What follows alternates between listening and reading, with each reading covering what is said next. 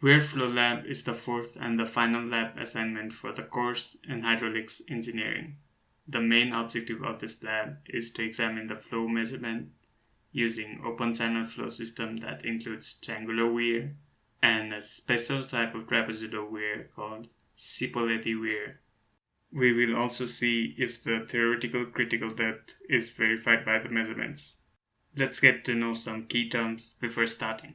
Weirs are the barriers that are built across open channel to calculate their discharge or to control the upstream water levels. These weirs are mainly classified based upon their shapes, like rectangular or triangular weirs, the shape of their crest, like sharp-crested or broad-crested weirs, or the end contraction conditions, like weirs with and without end contractions.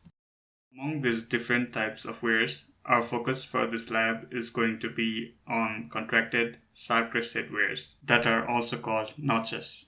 These weirs, like the one that is seen on the right, are most commonly used for small-scale discharge measurements. Some of the most common opening shapes for this kind of weirs are rectangular weir,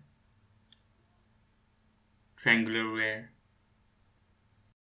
and trapezoidal weir. The discharge in a trapezoidal weir is just the addition of flow through its rectangular and triangular portions. A Cipolletti weir is a trapezoidal weir with side slope 1:4. Using this value, the discharge formula can be reduced to a simple form. With this, we are ready to start the lab. Let's get a general overview of the lab first. Once we turn on the pump, the water flows through the 2.5-inch diameter pipe with orifice arrangements into the upper bucket. The stilling basin made up of loosely compacted porous concrete is placed just downstream of the outlet to produce a smooth flow. After the water attains sufficient depth, it flows out of the trapezoidal weir into the second bucket. A wooden stilling baffle is placed in this bucket to ensure a smooth flow coming out of a triangular weir. The water coming out of this triangular weir can be diverted to carry out direct discharge measurement. The dimensions of both of the weirs are measured and noted down before starting the pump. After the final measurements are taken and noted down, we turn on the pumps. The water fills out in the upper bucket and smoothens out downstream as it passes through the stilling baffle. The water then flows into the second bucket below through the trapezoidal weir. Water passes through the wooden baffle below into the triangular weir and makes its way into the weighing bucket. Direct measurement of the discharge can be taken by noting the time required for the bucket to reach from its initial weight to the final weight.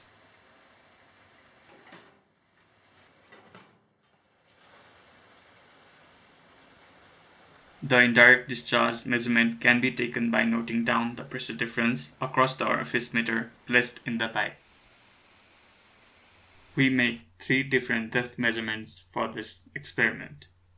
The first is to determine the height from the bottom of the bucket to the base of the notch, P1 and P2. A white tape pasted at the side of both upper and lower bucket marks the base of the notch. We take the water level reading above this marking and subtract it from the total depth of the water to find the height of the base of the notch from the bottom of the bucket.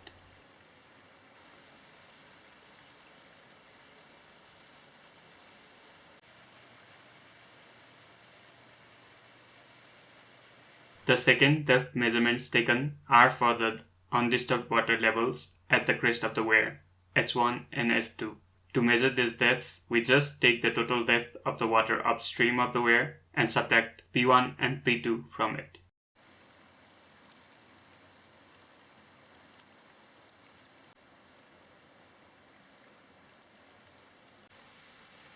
The surface of the water as it approaches the weir will fall.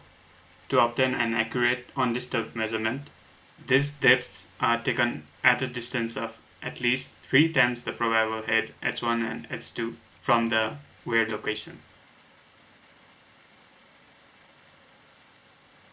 The final depth measurement is taken just above the weir to see how this value compares to the theoretical critical depth for each weir.